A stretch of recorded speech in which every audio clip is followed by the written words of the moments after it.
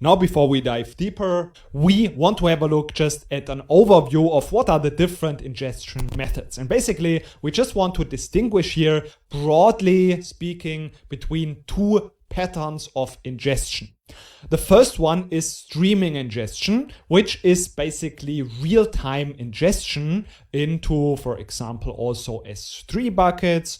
We see later on how we do this, but opposed to this is batch ingestion. So here the data is not streamed in real time, but batches of data, and typically these are larger batches, so larger volumes, will be ingested just periodically. So it can be even one-time load or also in a specific schedule. So for example, let's say every hour or every day or every week, the collected data that is just gathered in batches or that was generated up until this point maybe will be ingested. So this is, as we have said, typically in larger volumes, and streaming is something that is done when we have the need for it. This means when we are dealing with very time-sensitive data and we need to process this data immediately. So for example, when we have some fraud detection going on where the data needs to be processed in real time so that we are able to act on this. So this is very important, that there are these use cases where we need to act immediately or very time critically. And in these cases, we might be required to have this streaming ingestion. And I'm saying might be required because the default way is the batch ingestion. So whenever we have larger volumes or we have no time-sensitive data, we can automatically default to batch ingestion. And the reason for this is it is because it is more simple and it is much more cost-effective as well. So here streaming ingestion just is more complicated because we need to have the data available immediately, and this also makes it more expensive. We can use different services, and these are the services that we will have a look at in the next lecture. So for example, for streaming ingestion, we can use services like Amazon Kinesis, which we also have a look at in this section. And also for batch ingestion, the most commonly used tool is AWS Glue. We can also use the help of AWS Lambda functions, and both of this we will have a look at in this section. But now first we want to focus on AWS Glue to ingest the data in batches. So how we do this, we want to have a closer look at now in the next lecture. Let's now have a look at one of the most central services in AWS. This is, of course, for our ETL processes, for data engineering. This is very relevant, but also, of course, for machine learning, as in our situation. This is a service that we should at least know the basics about it, as this is also very relevant. This is a fully managed ETL service that makes it very easy to load, so to extract data from a data source, transform it along the way, and then load it into another data storage. So this is achieved by using a visual interface. So in here we can easily create our ETL jobs in a drag and drop manner. And in here we have various data services available, so various analytical services and data storage services available that we can integrate in Glue. So we can, of course, load the data to another S3 bucket or extract the data from an S3 bucket, but also Amazon Redshift and other databases that we can load from and load the data to. Additionally, we have, as we can see in here also, a lot of pre-built transformations, and here we also see a couple of data sources. So this can all be used and integrated, and we can use those pre-built transformations as well, which makes it all very easy. And then once we have this, the data will be automatically extracted and we can run this on a schedule. And behind the scenes, this is then auto-generating a script that is then executing this job. But we don't have to do anything. This is all under the hood, but this will be just generated for us, and then this will execute it. So here you can see that in the background there is Spark used, And also here, we don't need to manage anything, which is very useful because we can just focus on integrating the different data sources, transforming the data, and all of these Spark clusters are managed under the hood for us. So this makes it, of course, very scalable, and this is therefore also a serverless feature. So we don't need to take care about the infrastructure behind the scenes, but this is all managed for us, and we can also scale this very easily. So this is a pay-as-you-go service, and this means that we only pay for what we are using based on the compute, and we have a closer look at this in just a bit. But this is just important to keep in mind that the cost here depends on how long we use a service with a specific compute power. This is in simple terms, and we will have a closer look at this in a bit, but this is just important to keep in mind, and therefore we will talk about the cost also, so that the costs are not exploding for us. So that's very important. So this is one of the core capabilities of AWS Glue, this fully managed ETL service in a very simple way. And also we can, of course, adjust this script. So we can edit this and make even more custom transformations and custom data loading options. So this is very convenient and very easy to use. Additionally, another service or component of AWS Glue is the Glue data catalog. So imagine we have a semi-structured data file in our S3 bucket, for example, a CSV file. And now in a data lake, we would like to also analyze this data, but it is a bit tricky traditionally to now query a specific column here or do some kind of an analysis with it. So it is not so easy to query this data, maybe visualize it and so on. And this is where the Glue data catalog comes into play. So here we can run so-called crawlers, and also within an ETL, we can extract the schema. So this can be inferred automatically, and this can be stored then in this centralized data catalog. So this includes the column names, what is the data types of those columns, what is the format of the file, is it a CSV file, and so on. And then with all of this metadata information and the table schema, we have now the capability to query this. So we can use AWS Athena and query this in a SQL style manner, so that this looks like we just run some SQL queries, and also we can use it in Redshift and QuickSight and so on. And as I've mentioned, this can be done in an ETL job, or we can also do this by using separate Glue crawlers. What they are doing is essentially they are having a look at the data source. So then they scan it, and then when there are some files, they infer the schema. So they see what are the column names, what are the data types, and so on. And then they store it in our Glue catalog. So this can automatically classify our data. This means what is the data format? So is it a CSV file? Is it a Parquet file? And so on. And then all of this is stored in the data catalog.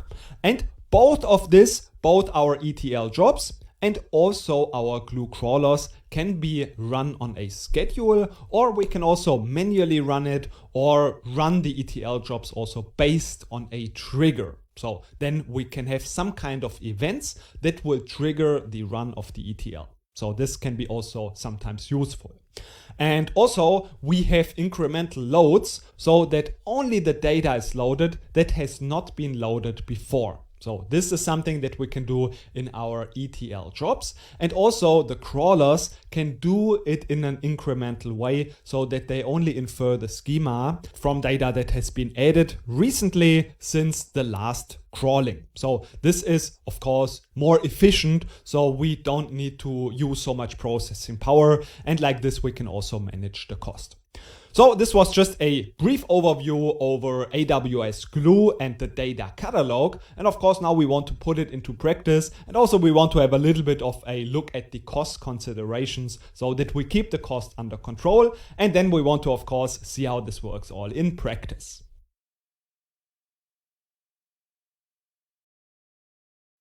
In the last lectures, we've seen how we can upload a file into our AWS S3 buckets. And we've also already heard about AWS Glue, which allows us to create very simple ETL jobs, so in a very simple way. And also we have heard that the Glue crawlers are part of the Glue service, and they help us to create the metadata catalog. So this is the Glue data catalog where we can store the metadata about, for example, files in our S3 buckets. And then this will be stored all in our data catalog so that we can query the data from S3 very easily in a SQL-like style. So therefore, we now want to see how this works step by step. What we want to do first is we want to configure a crawler that is just detecting the metadata from this bucket. And then afterwards, we want to see what is the result. And then also we want to query the data, what we have mentioned. This is why we are doing this in the end. So therefore, let's first go to Glue. We can search just here for Glue service. I can open this in a new tab. And in here, just make sure that you also navigate into the same location so that we set up everything in the same location where we have also set up our bucket. Now in here in Glue, we can see on the left navigation that there's of course the ETL jobs, which we will have a look at later on. And then under data catalog, we see a couple of things like databases, tables, and then also we see the crawlers. So as we have mentioned, the tables, they are in the end what we will query. So we use AWS Athena, and then we will query essentially so-called tables from our data catalog. So a table is just the result of the combined metadata of a crawler. So we will set up a crawler that will detect our data source, and it will extract all of the metadata information like the column names, the data types, what kind of data it is, so a CSV file for example, and then it will store it in a table. So this is why we have those tables, and then also the database. This is where the tables live. So it's just a very simple container basically for our tables. And this is why it's called databases and tables, even though it's just actually a collection of metadata, because later on when we use AWS Athena, this will be what we will query from. So this will be just the interface where we see the database and the table. So it looks like really a database and tables in SQL style. But essentially it is just metadata, and the data still sits in our bucket. So we are not duplicating or copying any data in here. So let's have a look at how we can set up the crawler in the first place. So therefore we navigate here to crawlers, and there we see, in my case, I have already set up a couple of crawlers before, but we will anyways just create a new crawler. So we click here on new crawler, and I can give this a name, for example, my first crawler. I could give a description to just understand what exactly, which data source and so on is here being crawled. In our case, we keep it simple and just click here on next. And then we have this option to now configure the data source. So here, the first option at the top means we have not created a table before. So this table will just be created when we set up our crawler. So with the first run, this table will automatically be set up. So therefore we don't need to map it to an existing table. I will just set therefore this to not yet. And now we can set up a data source. This is what will be crawled. And therefore I click here on add data source, and now I can browse my S3 buckets. Of course, if I go back, I could also choose a different type of data source, but S3 is just the most common one. So here, as mentioned, this is just coming from my own account, and here I can now browse an existing bucket. Of course, I have many different buckets already created, so we can also use the search bar, and here I find this bucket. What we can do here is we can either select the top level bucket in general, but we sometimes in one bucket have a little bit of a folder structure, so we can have different types of file. For example, we can have files for customers, we can have files for sales, and of course, if we select here a data source, so for example a folder or an entire bucket, all of the files, they need to have the same format. Otherwise, we cannot create a good table out of this if all of the files have a different schema. So in our case, there is anyways just this only file here. So we can just select this entire folder so that all of the files that would be there that have the same structure, of course, this is a requirement, they will be all crawled and we will be able to query then all of this data. Okay, so therefore we select this folder documents and we can choose this as a path. And then also for the subsequent crawler runs, we can say that all of the subfolders will be crawled again, or only we crawl the newly created subfolders. So like this, if we have, for example, every day an additional folder, we can be just a bit more efficient. But in our case, we will just leave it at the default. So we will only crawl all of the subfolders. So therefore we add this as a new data source. We can see it appears in here and I can just now check this one. So this is the one we want to use. And then we can click on next. And here, of course, we have to give the correct permissions so that the crawler can execute its task. Therefore, we can either choose an existing one or I can also create a new one. So this will then per default already have all of the necessary permissions to do the job that it's supposed to do. So I will just add here a few numbers so that this is a good name. So it doesn't really matter. I will just click here on create. And now we can go again on next. And now we have mentioned that we have the databases and the tables.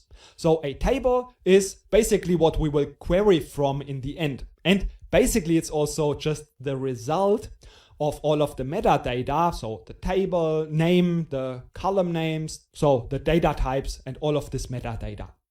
But this is of course stored then in a database. And since we have not created a database before, we can also quickly set up a database. We can just call it customers and we could also give it a description, but we will just create the database like this. And we have now set up this database where we can now place the tables. So once we have done this, we can quickly refresh here and then we can select this database. And of course, now we will set up the tables. So the name of the table will be actually defined by the folder name. So here, this is documents. So this will be automatically the name of the table. So this is the data, where the data is coming from. But we can additionally give some prefix. For example, I can say table, and then this will be an additional prefix. In our case, we will just use table. And then lastly, as mentioned, we can define also a schedule. So in our case, we will just leave it on demand, but we could also run it on an hourly or daily or weekly or monthly basis. As mentioned, we just leave it on demand. So we have more control over when this should run. Afterwards, we can just click on next. And here we have just the overview of all of the settings that we have made. And once we reviewed this, we can click here on create crawler to set up the crawler. And it has been already created. This is very fast. And then of course, we could now go ahead and run this right away. So this is what I will be doing. I click here on run. And in the meantime, we can also go to the crawlers overview. And I have created already a couple of them before, but you can see the one that you have created. And if you follow along with me, and you can see that this is the one that should be running also. And then once after about 1 or 2 minutes, we will be back and have a look at the result. So we should see this additional or newly created table in our database. So let's be back when this is done. So after about a minute, when I have a look at the crawler, I can see that this has been completed. So now if I navigate to the database that we just created before, I select it, I can now see this table. You might want to refresh to be able to see this. And here we can see, of course, all of this metadata now. So we see the location where the actual data is sitting, because we know we don't make any copy of the data. It still is in the bucket and there's no copy created because this is just a collection of the metadata. And then also the classification has been recognized correctly. This is a CSV file. We could now go ahead and directly query the data, so we could view the data within this table using Athena. That's something we will have a look at in just a bit. And also if we select the table itself, we can check if the metadata and the schema that has been inferred is actually correct. So we can see in this case the column names looks like they have been recognized correctly, which is very nice. And also the data type seems to be correct. So this is really great. We have now recognized and stored all of this metadata here in this table. And now we should be able to query the data using Athena. So how this works, we want to have a look at now in the next lectures.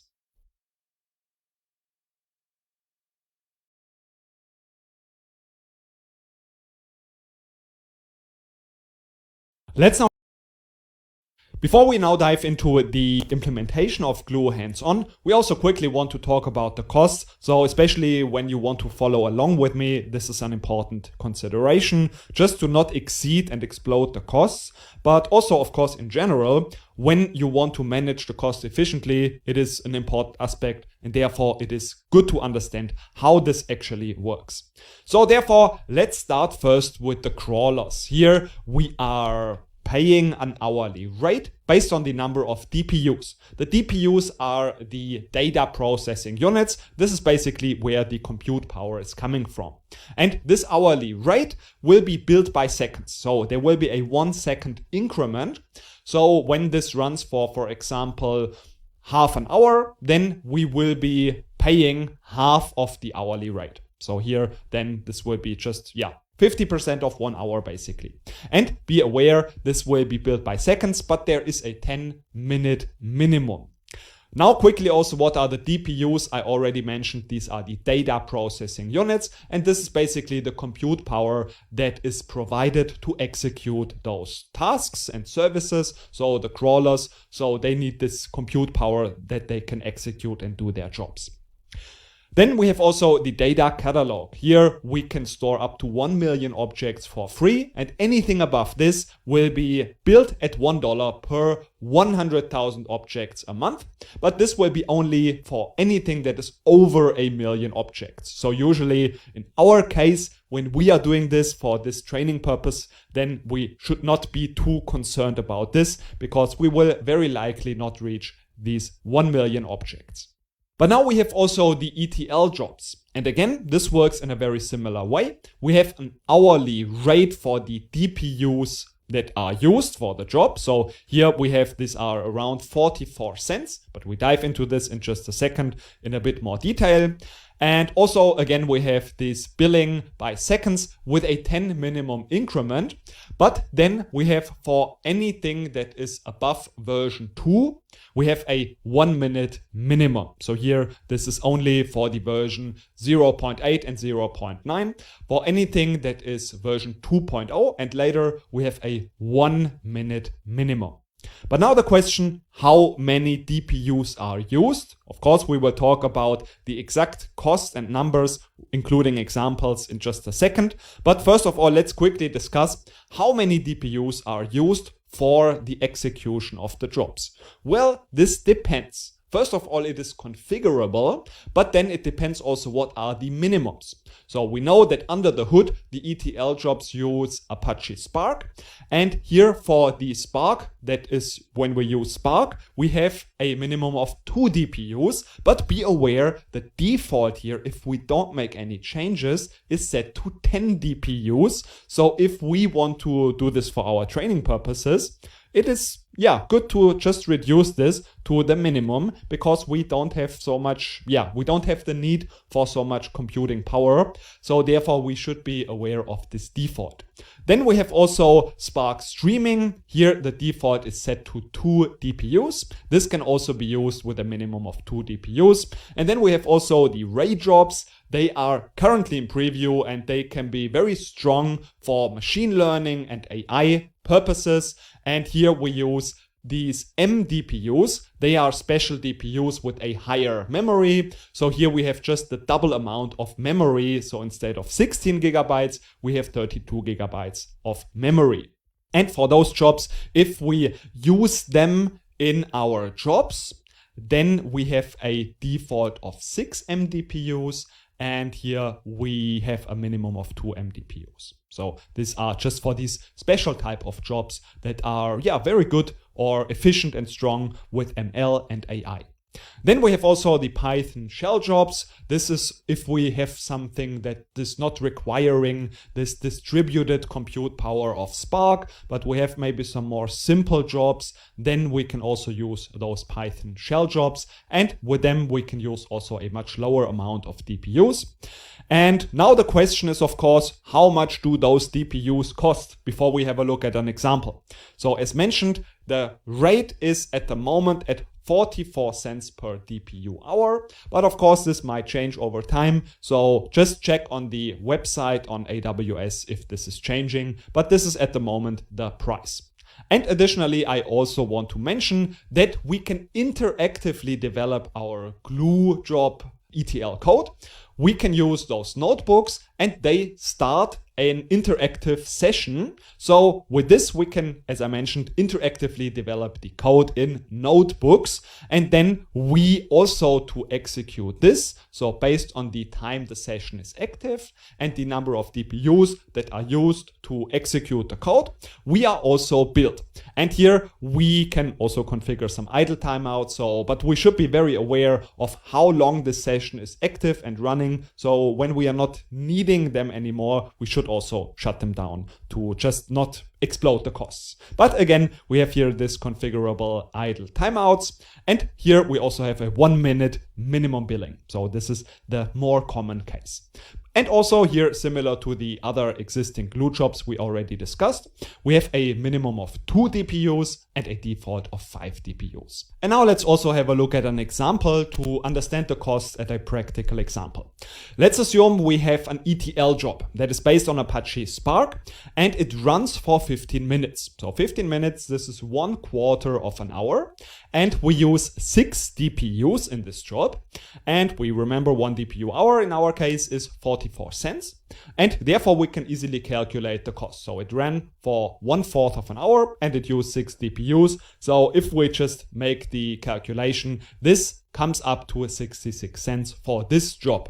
So this is an example. And then we can also quickly make an example with the interactive session. Let's assume we used a notebook to interactively develop our code. We used 5 DPUs, this is the default, and we kept the session running to interactively work on this for 24 minutes. This is 2/5 of an hour.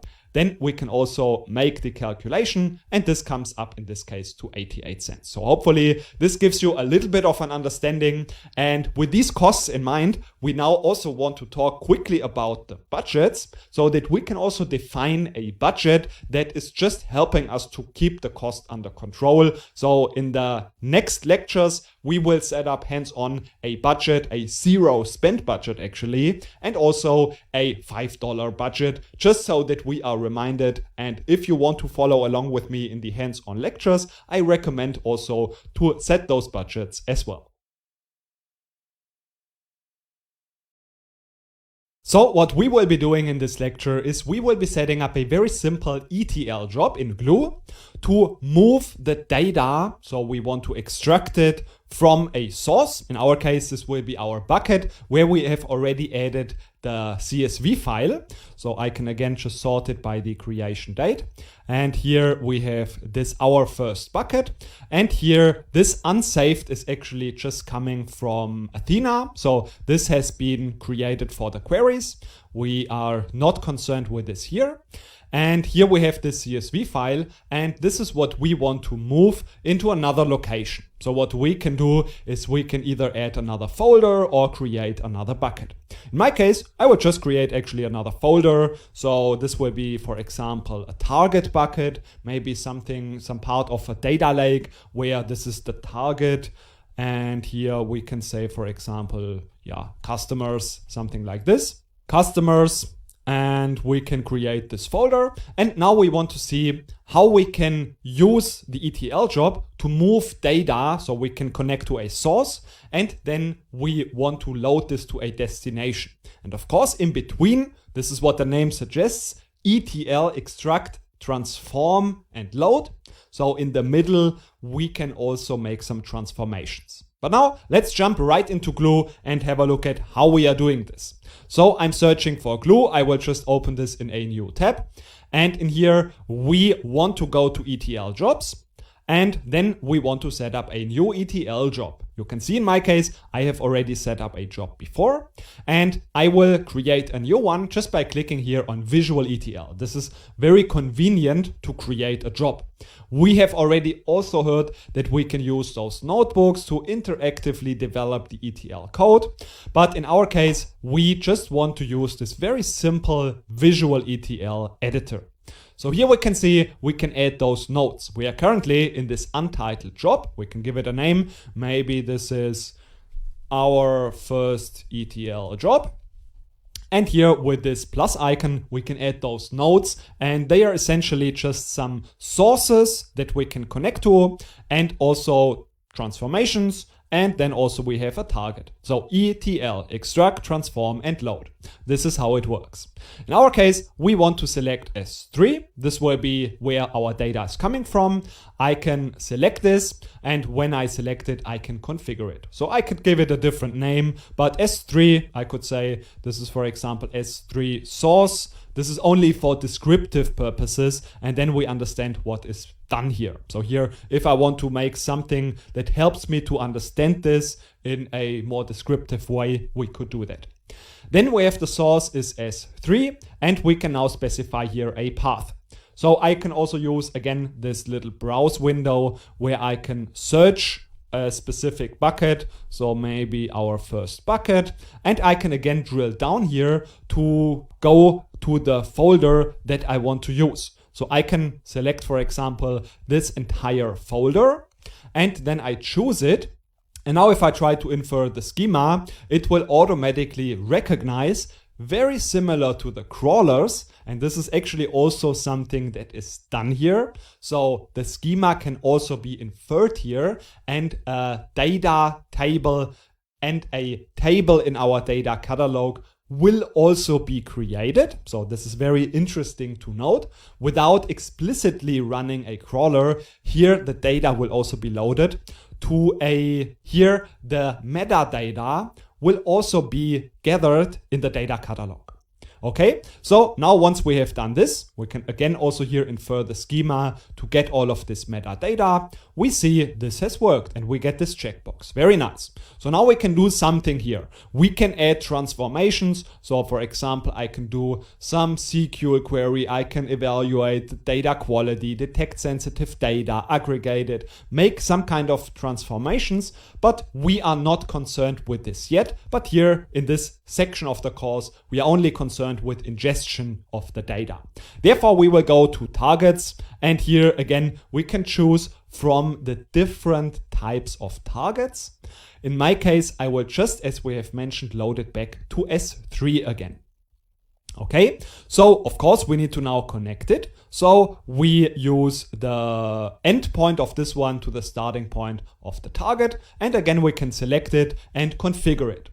And now it is very important what the format is. So here you can see the default is actually Parquet. So you see that the data is automatically already transformed or converted, to be more precise. So it is converted to Parquet, and Parquet is a file format that is much more suitable for analytical purposes. This is a columnar format, and here the data is very efficient when we read the data. So therefore here the default is set to Parquet. And we will talk a bit more in detail about the different data formats later on. But for now, you can already remember that those formats like Avro, ORC, Parquet, they are pretty good also for reading the data. So Parquet is a very strong format, and this is the default, and we are going to use that here as well. Now we have to also select the target destination. So again, we can browse. I can search for a specific bucket that I want to load this to. So I choose again the same bucket, and in this case, I choose the target. So I just select it like this, and then we are already done. So here we have now this option of updating the data catalog. And this is something that I've just mentioned a minute ago. So here we have those options. What I can do, the default, do not update the data catalog. But also what I can do is I can create a table in the data catalog and on subsequent runs. How does this work? We want to also update the schema and add new partitions. This means when there are partitions, and we talk about partitions also in just a second, essentially when we have additional folders, for example, let's say this is partitioned by the day, so by date, then we have maybe one folder per day, and then this will be added as a partition. So it is more efficient when reading the data, because maybe when we filter it to a specific day, then we know automatically we only have to look into this partition, so only looking into a specific day. So when there will be additional folders added, so additional partitions, we want to also update the schema and add those partitions. Or alternatively, we can also say we want to keep the existing schema and still add the new partitions still. So we want to not modify the existing schema. So these are things that we can do. In our case, we want to create a table, and we can also update the schema and add partitions. So we can update it when there are some changes in the schema. And of course, in this case, we also need to choose a database. So let's choose again the customers, and here we can now enter a table name. So let's call this destination customers, just that we know that this is our table. And that's it. So this is the configuration. We can see everything is configured here correctly. Before we run it, we need to save this job. So this is what we have to do. And then only after that, we are able to run it. So let me quickly, therefore, save it. And here, by the way, this is something, let's go to the job details. We still have to choose a role that has the permission to be executed. So we need to read data, write data, and therefore we need to select a given role here. We have previously already created roles, but I can also use the one that we have created just last time. This was this one. So this was the one that we created already for the crawler. And then we will see if this is working like this or if we need to make some adjustment. So here we can see that the role requires the permission to access S3 sources. So this needs to be there in this role. For the type, we already also talked about it. We have in this case just Spark. The version, we also quickly mentioned that. Here we can leave it also at the default. And then we have the worker types. So here we have mentioned that we want to use in this case we can use this default worker type. And we want to also reduce the number of workers, so the number of DPUs. So we have mentioned the default is 10, but we want to use a lower number, and we cannot use actually 1. So I think this would not save it, because here we can see the minimum number of workers is 2. So here we need to use the minimum number of DPUs. In this case, it is 2, but this is good just so that we are not increasing the cost in an unnecessary way. So this is something that we can configure here. And the bookmarks is also helping us for incremental load, but this is something we will also discuss a bit later. So now we will try to save it again. And then once this has been done, let's now go ahead and run this job to see if this is working. We can go to the run details for this specific job, and then we can see that this job is currently running. And we can see that this actually now has failed. And the reason for this is actually, we can see that in here S3 access denied. So we have not enough permission so that the data cannot be read and written to our bucket. And therefore we need to grant permission to this role so that this can be executed correctly. So therefore we can either go into what we can do. Actually, we can go to IAM directly, and there we can search for this role that we have assigned in this job, and we can modify this role. So I can go to roles, and here I can search for, I have used something like this. So this is the Glue service role. And here we want to add now a policy so that we have enough permission so that this can be executed. Okay, we can see here we have this only permission here, the Glue service role, but this is not enough for writing the data and looking at the data also. So therefore we need to add an additional permission. We can do this by clicking here on add permission and attach policy. So like this, we can add some pre-built policies, and for simplicity, we can just search for S3 and we can give full S3 access. So of course, in a productive environment, we might want to be here a bit more granular, but in our case, this is absolutely fine to make this work. And then we can just add this permission, and then we are now also able to write the data back into our bucket. So this is something that is needed for the Glue job so that the data can be also moved. Okay, so once we have updated this, actually, we are done and we can rerun this job. So let me just go back to our job in Glue. I will just go back to this specific run, and we can now just again rerun it with the exact same configuration, and now it should work. And now after again about 2 minutes, we can see that now it has succeeded, and we can now double check if this has now really worked well and as expected. So we can go back to S3 to our bucket, and we can now go to the target customers, and we can see here the Parquet file is available. And additionally, we can also have a look actually into our data catalog to see if the table has been there also created. So I go into the database customers, and here we have now also this destination customers. This is now a Parquet file, and we can see also the column names. And now in the next lecture, we want to also see how we can schedule those runs and also the crawlers. That's what we are doing in the next lecture. In the last lecture, we've set up our ETL job. And if we have a look at this, we can see this has been created. And if we have a look at the details, we can also navigate to the runs. And here we see that this has been run here.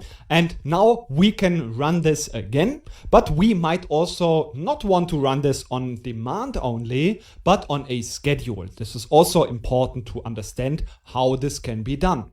So to do this, we can just go into these job details, and here we can navigate to schedules. And here we can set up a schedule for our ETL jobs.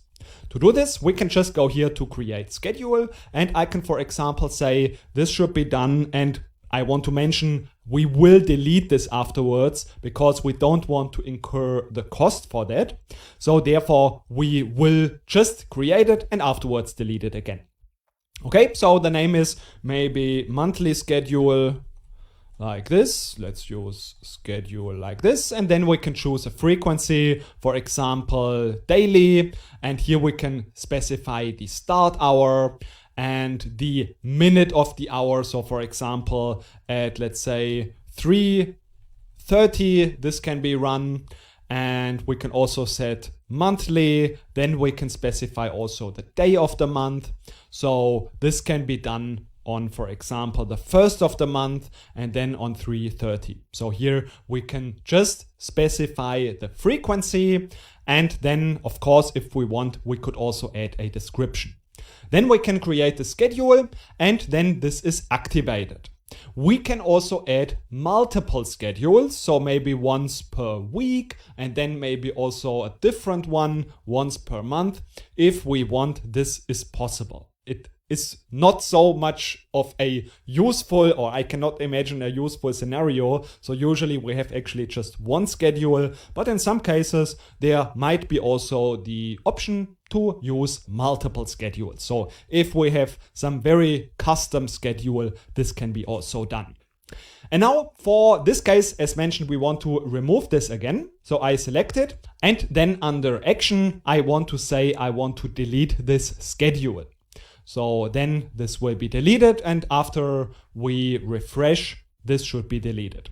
So we can maybe quickly have a look. And this might take just a couple of seconds. Okay, so in our case, we want to do now the same thing for the crawlers. So here, if we go back to the overview of the crawlers, and then we jump into the crawler that we have set up, we can also set up a schedule here. And this can also be done here in the schedule navigation option. Here we can do it on the same way. So we have set this up on demand, but we can also edit this crawler, the properties of this crawler. And here we can go to the scheduling part, which is step 4. And here we can also now change this frequency. For example, I can say this should be run again on a daily basis. And here we have the same options of defining the schedule. In our case, we don't want to set up the schedule here, but we just wanted to demonstrate that we can set up those frequencies both for the crawler and also the ETL job. Hope it was helpful, and see you in the next lecture.